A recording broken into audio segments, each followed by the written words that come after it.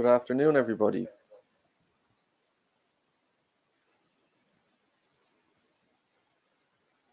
Could I just get a hands up off somebody to check you can hear me?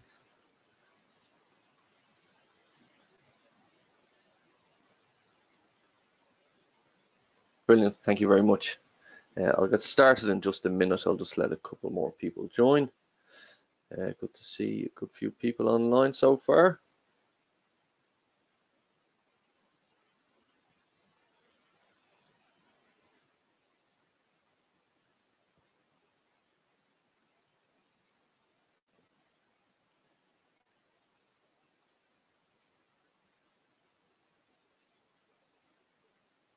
So great, I'll get started. So my name is Jonathan Reinhardt. I'm a technical consultant on behalf of Autodesk resellers across the UK and Ireland. And today I'm going to present moving to the AEC Collection if you're currently using Revit, and I'll cover that in a couple of slides moving forward. So a little bit about myself. I'm a technical consultant, as I said. I've about 13 years in the AEC industry, so I've worked as a BIM manager and an architectural technologist, primarily in architecture, but I've also worked in engineering as well. I've also studied a master's in BIM management and a degree in architectural technology, and I speak at various events as well, including the London BIM Summit at the recent Construction Week as well last year. So that's a little bit about me. So what are we here to talk about today? So I just want to lay down some context of, I suppose, moving from Revit to an AEC collection. What does that actually mean? And in the terms of BIM, what does that mean as well? So it means that you have more connected workflows, you have more connected design processes, and you're more connected to your finished building as well, or your finished product, whether it's engineering or construction or architecture. That's all more connected, and you're able to retrieve information that you've created in the design process, and this information can then be used to provide to facilities management and building operators as well. So it creates a more connected environment within the BIM workflow as well, right through to the end. So I suppose this is the McLeamy curve. I don't know if some people have seen this. It's produced by the American Institute of Architects as well, but it's quite widely used in BIM adoption globally. So it just shows that as the cost of a project goes on, and we all know this from an early stage, to make changes later on in the process. So once you get from your pre-design stage and working right your way up to through to operation stage, if you want to make a change to a design, it's quite costly. That goes without saying. So if it's changing a drawing or a 3D model at an early design stage, you know, a slight cost impact, some labor required there in terms of an architect or a designer making changes to a drawings.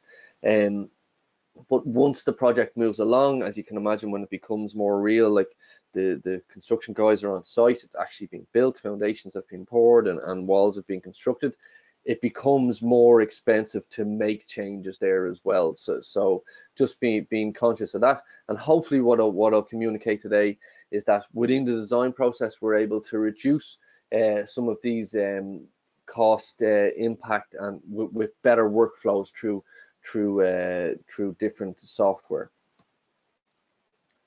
So what we hope to do is have this ability to impact the cost, and this shows across a project that it's harder to impact the cost of a project as a project moves along as well. So you have less ability to do that as it becomes from design stage right up to through to completion and operation stage of a building.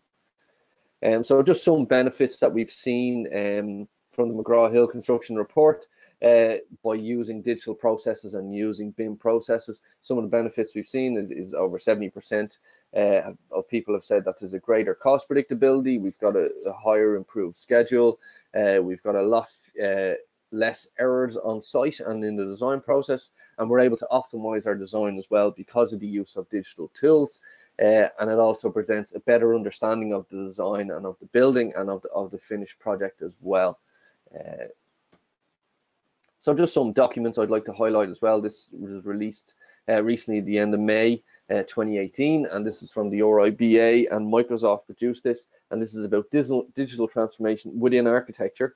And just to take this as a snapshot of that, Microsoft, a fairly large, if not one of the largest technology companies in the world, have produced this report, and this shows that their awareness of BIM and their awareness of digital technologies within the architecture and across AEC industry is becoming more prevalent. So they're aware of all these things happening, and it's quite an interesting report, I have to say, and to see where the industry is heading as well, to be able to look at the impact of technology as we move through a digital age. So looking at the likes of IoT, artificial intelligence, and then various other tools like augmented reality, virtual reality, and cloud computing as well are all analysed, and where we're heading within the industry, and that's definitely well worth a read. And some other documents I've seen come out of the UK, this one's quite good, the Breid and Wood and University of Cambridge, is how they bridge the gap between construction and manufacturing, and looking at the prefabrication market and where that is heading, and what we need to do to get our buildings to that stage as well. There's also the Farmer review of the UK construction labour model, and we see inefficiencies throughout the construction industry, almost quite similar to the agricultural industry, a fairly manual industry already, but looking at that in the context of the construction industry, and how we have quite low efficiencies in certain parts of the industry, and the reasons to digitize as well. And then also the RIBA report for the future of architects as well is also well worth a read. And we see that by 2050, 70% of people will be living in urban areas. So we need to get smart cities, and we need to improve our built environment to accommodate and to support such large cities and dense cities with better infrastructure and better buildings as well. So I'm sure we've all seen this slide or this analogy. We've seen moved from drawing board into CAD. And today, what I hope to communicate is that we're going on this change again, not just from drawing board to CAD and CAD to BIM, but also from within BIM itself. When we look at the workflows between different software, between different disciplines, and when we talk about collaboration and digital collaboration, that's a massive change and shift that is happening within the industry as well, and within BIM itself.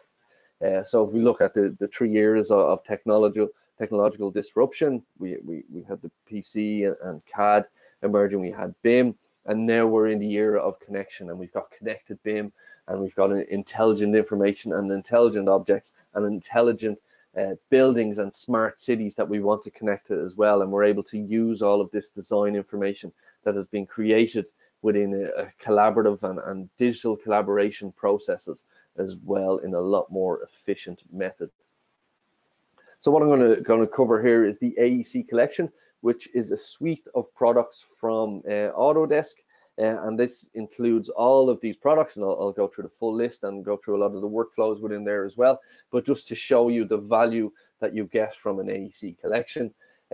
Usually with the cost of an AEC collection, if you're buying 2 products or more, an AEC collection is actually less cost straight off as well, so an immediate cash saving there as well if you're using more than 2 products within your office. So for example, if you're using Navisworks and Revit, or if you're using just Revit and AutoCAD, it's better value for money to have the AEC collection, and you can check for quotes or costs with your Autodesk reseller. But just to see all the products you get within that, and people are usually quite surprised that you get so many products for the low cost that it is, but it's quite a beneficial suite to have because of the workflows between particular products, and I'll run through some of them next as well. So just looking at the suite of products, we've got your standard Revit within there, but we've also a lot more, so the likes of Revit Live for VR, InfraWorks for infrastructure modeling and fly-throughs. We've got Navisworks Manage for construction, clash detection, quantification, 4D simulation. We've also got Forma Pro, which I'll run through in the next few slides.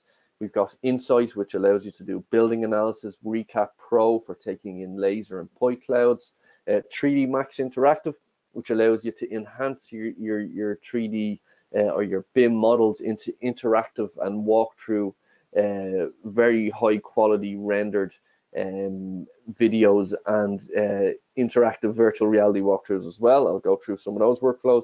We've also got Dynamo Studio, which is visual programming for non-programming. For non-programmers, this allows you to automate a lot of work within Revit particularly, and being able to rename sheets. If you have hundreds of sheets to rename, you can use something like Dynamo, but that's one of the basic examples. But I will go through some fairly practical examples as well. You also have access to A360 rendering, which is rendering from within the cloud, and that's from within Revit, sending your model up to the cloud and rendering an image within usually less than 10 minutes of fairly high quality. That does require cloud credits, but you do get 100 free cloud credits with an AEC collection. There's also 25 gigabytes of cloud storage as well. We also have structural analysis for Revit, structural bridge design, robot structural analysis pro for the structural engineering side of things, advanced steel as well, which is becoming a lot more prominent in the structural and civil area as well. And we also have the one AutoCAD. So AutoCAD is now packaged under one complete solution, and this includes AutoCAD Architecture, Electrical, Map, MEP, Plant 3D, and AutoCAD raster design as well. And we have Fab, CAD, MEP, also Civil 3D, and some vehicle tracking software as well. So that's everything that's within the AEC collection. You don't necessarily have to be using more than 3 or 2 of those products to be getting value for money, but just to see what's capable there within the AEC collection. So looking at the benefits of Revit, just to give it some context, and this as our main primary BIM authoring tool, we can pull 2D and 3D models from Revit. It's coordinated information between your drawings and your 3D model are all linked, and when one change occurs, it happens within your drawing or within your 3D model as well. And you have full access to architecture, structural, mechanical, and electrical modeling tools as well within the full version of Revit. And this is included in the AEC collection also. And it also enables more connected workflows as well. And that's what I will show today within the AEC collection. So starting off at the design stage of a building, looking at this tool, Format Pro, and I'm going to demonstrate how this works now as well. So this allows you to create conceptual massing, perform energy studies, and to do design reviews through collaboration as well. And you're then able to push that information directly into Revit as well. So I'm just going to draw a quick line here just to show you it's a fairly intuitive user interface, and it's fairly basic and fairly easy to use, but you can go quite detailed on it. So I'm just going to locate my site just so I can pull in the weather and solar information. So I'm going to locate it in my local city here in Cork in Ireland. I'm just going to import that satellite image. So it pulls all that imagery in from Google Maps, and you can see you can set your site context now. Simple, that's done in a matter of a minute. Now I'm just going to draw a simple volume on the site to represent a building. Just going to draw a footprint of where I think a building might go. And you can look at this as an early design or feasibility stage. A client has approached you, or you might want to show somebody what a building might look like on a site. You can then extract that volume up to whatever preferred height you want. You can change that height just by clicking on it as well. You can also apply levels to that. Just going to perform a quick shadow analysis on this as well, just to show you what you can get out of a few minutes work. So because this site has been geolocated, the solar analysis is fairly accurate within this as well, and it pulls information, geo information and GIS information from the local area as well, so it knows exactly where the site is. So it's a fairly accurate demonstration of what a shadow analysis might look like if the building was actually constructed. So I'm going to look at solar analysis as well, and this is going to look at the solar radiation impact on a building facade. Now this can help you inform your glazing ratios if you need sun shading devices or brise-soleil on a certain aspect of your building. And once you hover over each facade, you can see that's the south facing facade has 727 kilowatt per hour over a year cumulative, and you can see the north side facade has a lot less, and it's color coded to quite a blue kind of colder color there. So you might know on your south-facing facade, you need to put in less glazing, or you need to put in some sort of shading as well. I'm also going to apply some levels to this as well. So I'm going to apply 10 levels. Just going to select my volume. Just going to use levels, and I'm just going to pull down my building to suit that as well. Let's move that away there. Just click on the top face, and then pull it the opposite way from extrusion. Pull it down. I'm just going to set that, and I'll show you the relevance of creating the levels as well. Now I'm going to export this into Revit. So I'm going to show you that you can reuse this geometry that's already been created. It's not in a separate 3D file, not a separate 3D program. It is a standalone program, but it does link directly into Revit. So I'm just going to export that as an AXM file. I'm then going to open up Revit. Close that. Just going to open up a new template, just a blank template. Show you how that imports. So add-ins, when your format tab there, you can see import format to Revit, and that brings in your geometry. So it brings it in as a massing geometry. So make sure that your mass is on within visibility graphics, which is turned off by default, usually within Revit. And that's what's happened here. So you can see it's brought in the 10 levels that I created within format. So it means you don't have to recreate them. You create them once in format, and they're automatically brought in. And it's also located the site to the location as well within the location settings. I'll show you that in a moment. So I'm just going to turn on my massing here. So you can see it's brought in the geometry from the site that I've created, all the levels. So I'm just going to convert these walls by face. I'm going to select the wall type by face. So I'm going to go for a curtain glazing, say this is a commercial office building, for example. Just going to click on that, it's place that glazing. Again, on the end facade, main facade. And then just on the south-facing facade, I'm just going to make that all brick cavity construction, or precast construction, or in situ concrete. This is an example. And then I'm just going to hide the geometry that was imported. So I'm not deleting it, it's still leaving it there as a reference. So I've just hidden it. So you can see I've created the intelligent objects already. You've got your wall content, your wall buildup, and you've got a basic floor plan created there already.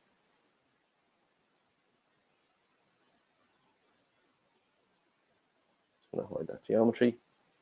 But I've no floors. So how do I go about creating floors? So it's quite a similar process. Because of the levels that have been created already within format, I'm able to create a floor by face. I can just select each level that's already been created. It's just a blank mass. Just going to create each floor.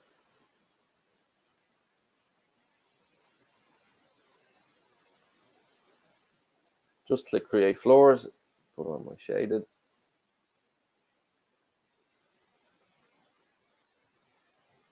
And you can see if I cut a section through that, you've got a basic building created already, just within less than 5 minutes of creating a massing volume within format, and all that information can be imported and reused then within Revit.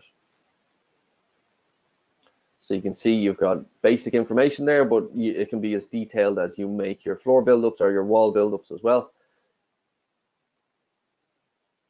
And this could be a design model that's been iterated within format over a longer period of time. You've only focused on creating the format model, perhaps for presentations and client design presentations. And you can see it's brought in the coordinates from within where I created that within format and geolocated it as well. You can see it's automatically brought in that information already. So that's Format Pro. So next, what I'm going to show you here, I'm going to show you the link between Revit and AutoCAD and another workflow within the AEC collection. So I'm just going to show you how these can work together. So this is a video. So as we all know, within Revit, you can place a wall, and you can see in the 3D view in the bottom left corner, it's going to place that 3D wall there. But what if we want to work with external consultants that are using AutoCAD, or don't use Revit and want access to our DWG or our CAD files, how do we get that information to them? So this is just a collaboration workflow to allow you to work in Revit, but to collaborate with external consultants or with people internally as well, but especially with external consultants that mightn't have moved to BIM or may not be in the BIM space at all. You're able to export that to a DWG. It exports all the layering and smart information. So you can create custom layers as well, or the already default layers that it creates. And then you can see within Revit, you can import that, just open it as a DWG. And I'll just go back in that you're able to snap to all this information as well. So it's all intelligent CAD information also, and that this is all being created within Revit. But again, you're able to use it within another platform as well. And then moving on, looking at the more detailed design process, looking at virtual reality after you've created some initial design drawings, you want to be able to visualize your building or visualize your design, either from an architecture, engineering, or even from a contractor's point of view as well, wants to see what the construction might look like. And you can see we have even a scaffolding model here on this middle image here. But with Revit Live, we're able to upload our model within Revit straight up to the cloud. Within a matter of minutes, it will send it back down, and we can plug in our HTC or Oculus Rift or various VR headsets, plug that into our VR machine or our workstation, and we're able to walk through the building. So I'm just going to show you an example of that workflow as well. So I'm just going to select some views here. So these are just 3D views that have already been set up within Revit.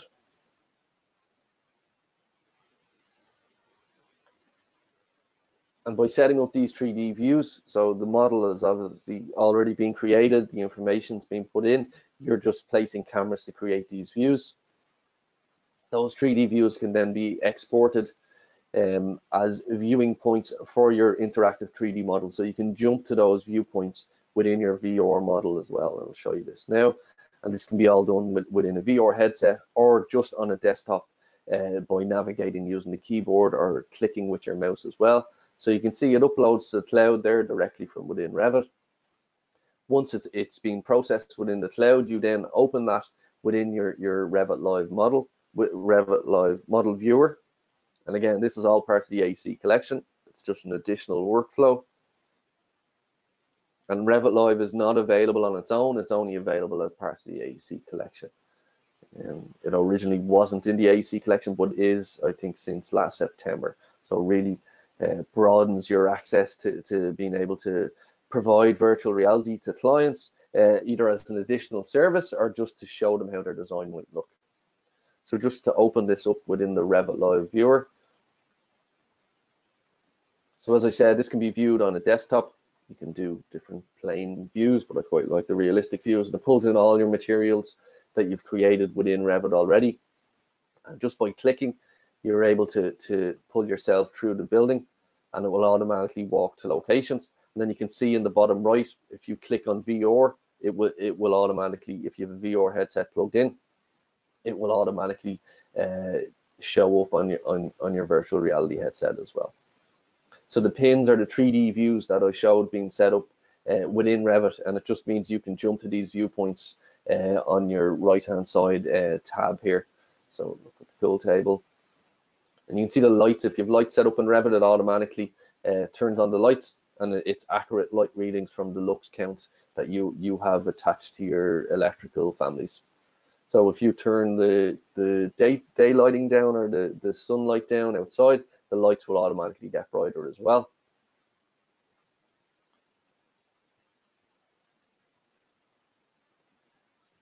And just to run through to see, you can see it at different times of the day, and you can see the light reflection on the different materials as well. So that's just Revit directly to Revit Live. Also publish it to Windows as an exe file or to an iPad as well to be able to interact on a mobile device. So I'm going to look at looking at taking your Revit Live model or looking at adding a bit more detail to it. If you want, you can still use it just as a Revit Live viewer, but if you want to add more detail, add more realistic information to it, material information to it, there's also a process for doing that as well. So looking at moving from Revit and looking at pushing your model into 3D Max, pushing it into 3D Max Interactive also, which are workflows for, and you're able to then access this information on all of these mobile and virtual reality devices as well, and on your desktop computer. There's also some workflows there if you wanted to take that route as well. And I'll just show you how the final model works as well. And as you can see, the top Revit Live workflow still gives you quite an output, but it's quite a simpler process. And if you want to go that step further, you can go the 3D Max Interactive route. And I'm going to show you an example now. So this is a video enhanced using 3D Max Interactive. And I hope this comes across on your screens. But if you look at the lighting on the floor and the bounce off the light and the camera work within this, you're able to, and the reflection on glass, this is all enhanced by baking lights, adding in additional materials, all done through 3D Max Interactive, taken straight from Revit. So adding in and creating custom materials. You might have a library of materials you can use across a number of projects, but you're able to then run this process again. You're able to add in the better detail and make it far more presentable, very, very high-end presentation and detailing you can see out of this, even the glow off the lighting as well. And you can walk through this as well using your keyboard arrows, and you can create interactive points as well. You might be able to click on an object, and you can, if you click on the table, you can change the table object as well. And just, I think that it's quite realistic there when you compare it to Revit Live as well. So all available within the AEC collection. So that was 3D Max Interactive. So looking at moving your design along from your design stage, looking at moving into a lot more detailed design stage, and looking at some building analysis and building lighting analysis in particular. So we use Autodesk Insight for that. And this again is a plugin included within Revit in the AEC collection. And it's just a matter of, within your Analyze toolbar, sending your model up to the cloud, performing a lighting analysis. You can see here, I'm just going to pause this video. You can see here it's created a floor plan of showing you the daylight impact on your floor plan. So the red areas, obviously, you might need to install some artificial lighting. There must be walls, or for whatever reason there's no daylight getting in there. And you can see the yellow areas, obviously you're getting a lot more daylight in those areas. What it also does, it creates a schedule. You can base this on the LEED standard, which is built into the schedule as well, and it will give you a lux counting for this as well. So it tells you the different threshold for the LEED standard, but you can also create a more basic standard, but it will give you the lux and the foot candles rating for each of those areas as well. And you can also view it in 3D as well. You can see this is a 3D cup floor plan that shows you exactly what that floor plan is going to look. And this can inform, these are your foot candle counts as well. And this can inform where your lighting or your artificial lighting needs to be installed, or where you might need to accommodate further elements of glazing as well. So that's Autodesk Insight. So moving on from that, looking at AutoCAD Civil 3D as well, looking at the more civil engineering side of things. This is also included in the AEC collection. So you're able to do civil design, you can perform iterations and streamline more time-consuming tasks. And again, you're able to produce drafting and documentation and perform visualization and analysis as well. And you're also able to collaborate further as well and overcome your team coordination and workflow issues as well. So that's AutoCAD Civil 3D and is used quite widely in the civil engineering industry as well. So I'm just going to show you some clips of InfraWorks. InfraWorks again is a civil tool. It's a bit more basic than Civil 3D, but it's meant for early design and concept analysis. So I'm going to show you a road creation and roundabout creation within this. So what InfraWorks has, it has a built-in library of roads and roundabouts and different road types. And you're also able to link in Revit information into this model as well and create 3D fly-throughs. So I'm just going to go back to that. So that's a design created within Civil 3D. It's then pushed into InfraWorks, and we're just going to add some more 3D information to this. So we can change the design of that. You can see all the road junctions increase with it. We move, everything moves with it. So they're intelligent objects. So now we can view it in 3D. We can flex with the direction and the curve of the roundabout as well. And then we're able to export this information as well to reuse it. So just going to select an area where around the roundabout. Then within Civil 3D, you can then import all of that already created information. And you can see it's imported as CAD detail, as intelligent drawing lines are able to snap to all that information as well. So you've created once within InfraWorks at your early design stage, and then you import it for your detailed design stage as well. And there's a whole range of and library of various civil objects and road layouts within there as well. So that's Civil 3D. So looking again at a workflow within InfraWorks, and this is one I created myself. So this is looking at taking some InfraWorks context information of a city and bringing it into Revit as well through Navisworks. There we are. So this is InfraWorks again. I'm going to go to the model builder. I'm going to locate my site, choose Dublin City. So I'm just going to pick this site. So it uses Bing maps within this interface. Just going to locate my site with my address. I'm going to name it accordingly. You can then send that up to the cloud, save it within your project files, within BIM 360 as well, which I'll touch on later. So I'm going to create that model. So what that does, it takes a matter of minutes. It brings in all the coordinates, all of the intelligent information. It's going to bring in some of the 3D information that is being created using a plugin called OpenStreetView that has a direct link with InfraWorks, and I'll show you the benefits of that now.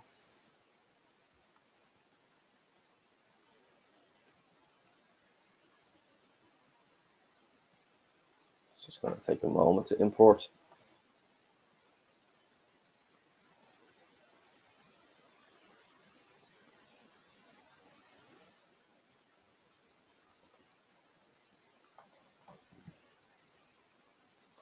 So you can see it's brought in the 3D information. It saves you having to recreate this within a 3D modeling tool, and you're able to import this as site context. It's the accuracy of it is good for a 3D modeling or creating a 3D view around your site or the context of your site, and you're able to place your building design within that 3D information as well. So you might have a greenfield or brownfield site within this, and you want to place your building model. So I'm just going to show you how you then export that information into Revit.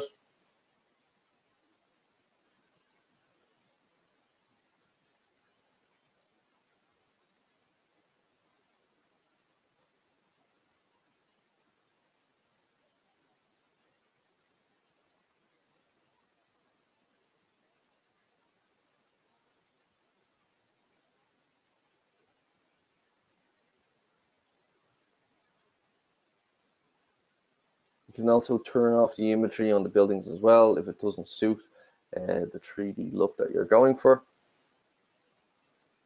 Just want to skip ahead with this. And once your model is ready, you get an email through then as well before you've created your InfraWorks model. Then to get this into Revit, you're able to bring this to Navisworks, import it, say here in my documents, an FBX file, open it, and then what I'm going to do, I'm going to save that as a Navisworks file.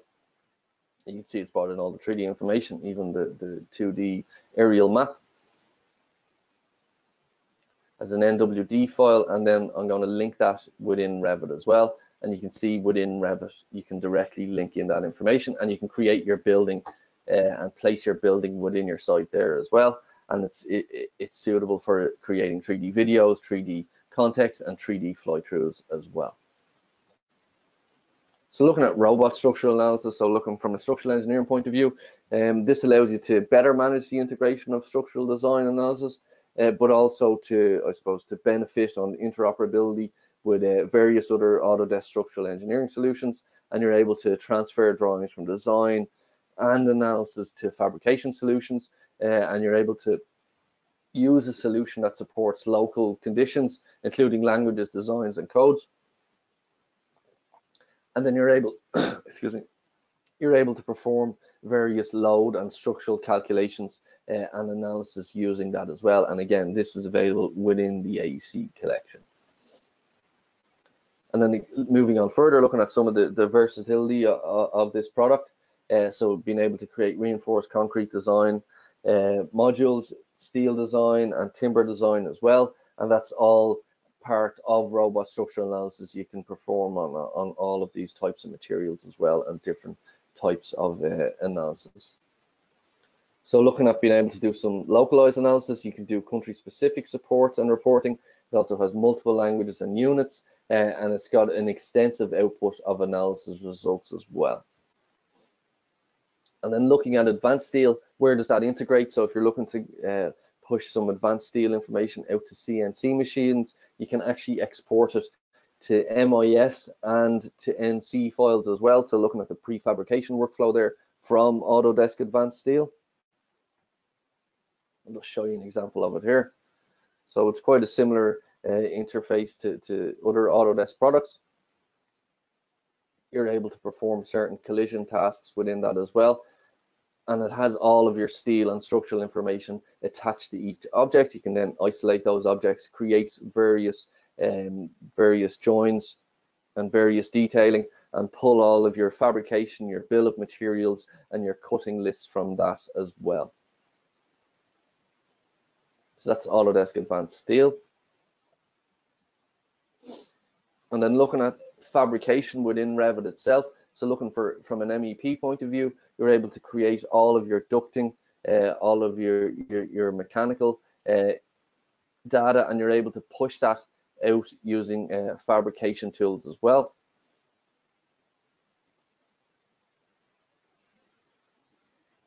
You can apply your different parts, your different bends, your different junctions within your piping and your ducting layout as well. And then this information is used on site as well, and that can go to an NC file, as I said, as well. Looking at capturing existing site information, so using something like Autodesk Recap into Revit 2018. So I'll show you an example here of being able to capture point cloud information. So what Recap actually does, it takes in your point cloud information that you might take from a total station, or a laser scanner, or a drone scanner, or LiDAR information. You can then break that information up within Recap, bring your 3D point cloud into Revit. So your existing building, for example, you want to refurbish or extend this building, you can then model up that building within Revit, and it also has intelligent lines, so you're able to snap to each of these. In this case, it's creating steps on the entrance of the building, and it rationalizes certain curves as well, down to quite fine accuracy also. And then you're able to place your building design within this as well. So looking at it further, looking at more, I suppose, construction or pre-construction stage. So looking at using something like Navisworks, which performs clash detection, interference checking, and model aggregation as well. So federating your models from different consultants, all different Revit models, you can put them together within Navisworks and perform what we call clash detection.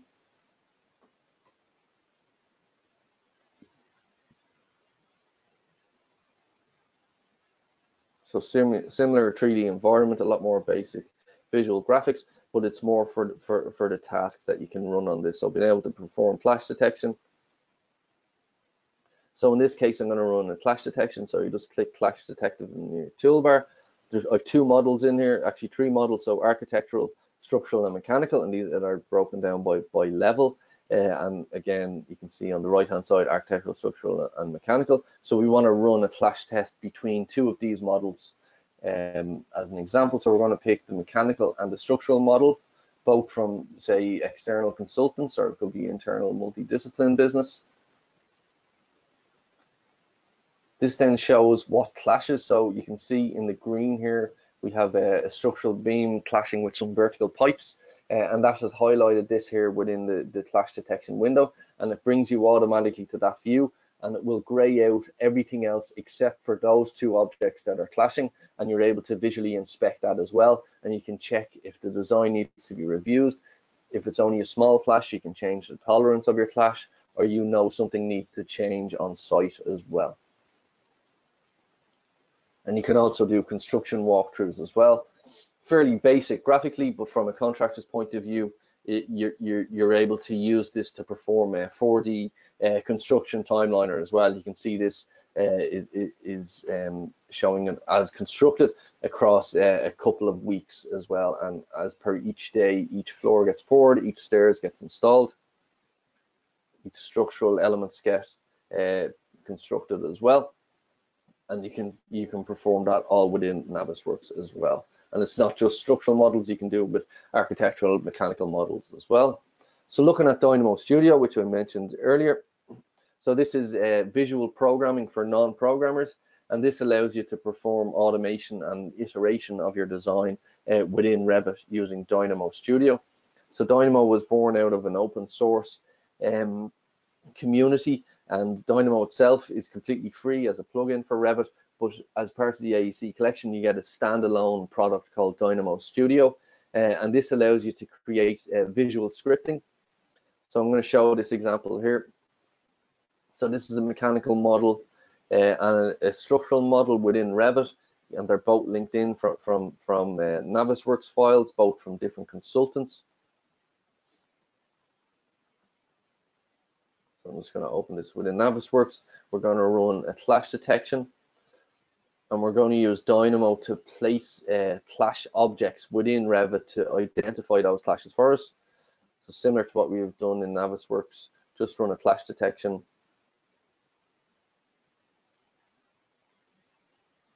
So I'm just going to run Dynamo, open up the scripting environment. And this pre-programmed script, what it does, it pulls in all of your clash information from your Navisworks file. It then places an object. You can see this arrow, and we can see that the video moves along. It places a clash object, this arrow, within your Revit model. So you immediately know within Revit where all your clashes are, and you're able to schedule all of those clashes then as well within Revit. So pushing that information from Navisworks through Dynamo into Revit and being able to reuse that within schedules as well, and to iterate your design based on that. And this can just allow you then to add more detail to your design if you need to add more builder's oats or be aware of other clashes that are happening within the Revit environment as well. So looking at some other examples of Dynamo, this is using an accessible door example. So within Revit, we place room tags. You can see here, I'm just going to play this example from my colleague Johan within our Belgium office.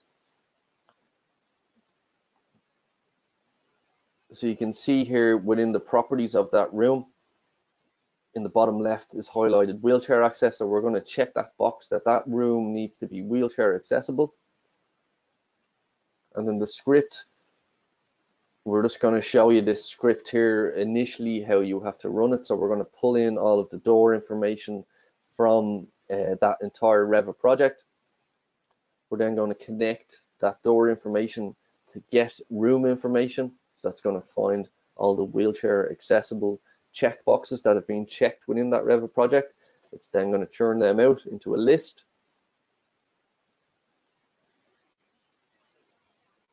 We're then going to look for them by name, so wheelchair access, whichever ones have been found with that.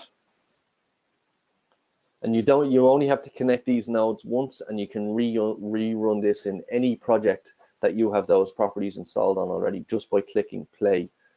So this is just to show you an example of the makeup of how we have nodes, and we have inputs and outputs, and all of this information connects a workflow or a process as well.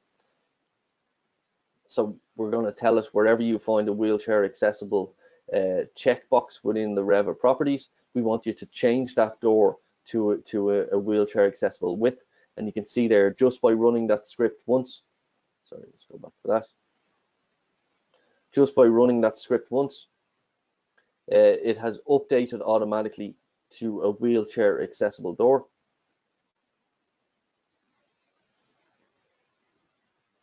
And this is all done using Dynamo as well. So we uncheck the box and the door will change back as well. So it works both ways. So that was the AEC portfolio. I'm just going to touch on BIM 360, which is a separate line of products as well, but it does integrate quite closely with products in the AEC collection. So I'm just going to touch on what we call BIM 360, which is the Autodesk cloud solution to AEC products as well. So we have design, pre-construction, we've got site products and handover and operation products as well. And these all reside in the cloud. And this example I'm going to show you is BIM 360 Design, which focuses on digital collaboration. So this works within Revit. It could be two consultants at different parts of the world, different parts of the country, or within the same office. They want to collaborate. They share their model from within Revit, and you can see here on the swim lane at the top, we've got an architecture, MEP, and structural model, all from external consultants or within multidiscipline practice. And from within Revit, we can sync our models once any changes have been made. Those changes then get sent up to the cloud. It then compares that model to the last model that has been synced or the last version of that, and it will automatically highlight if any changes have occurred. Very powerful tool here. So we've seen here that there's been 8 elements modified. So these 8 elements of wall here highlighted in yellow, they tell you that that's been from the previous version uploaded to BIM 360 Design or synced with the cloud, that has changed. So you're able to compare that as well. It also works within the 2D version, the 2D drawings as well. So automating the checking process of any changes that have occurred within models, as well as the 2D drawings or the drawing sheets that have been uploaded as well.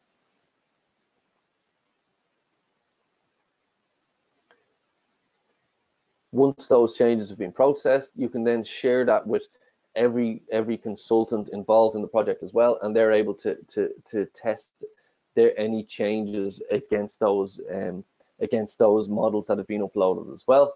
And then looking further at BIM 360, you're able to access all of that information as well, especially from a contractor's point of view, or even from a designer's point of view, carrying out inspections. You're able to access all of that information using BIM 360 on an iPad, mobile devices, and you're able to log information, log checklists, and you're able to log RFIs as well. From a contractor's point of view, this immediately links issues to the 3D model, and you can see here on the left-hand side, you can view clashes and link any RFIs or issues to that as well, and take photographs and attach that as well. So just giving you a little taste of BIM 360 and some further workflows beyond the AEC collection as well there. So again, just to recap on all the products included in the AEC collection, there's quite a lot of them. I've ran through as many as I've had time for today, and I'm happy to take any of your questions now. So thank you very much.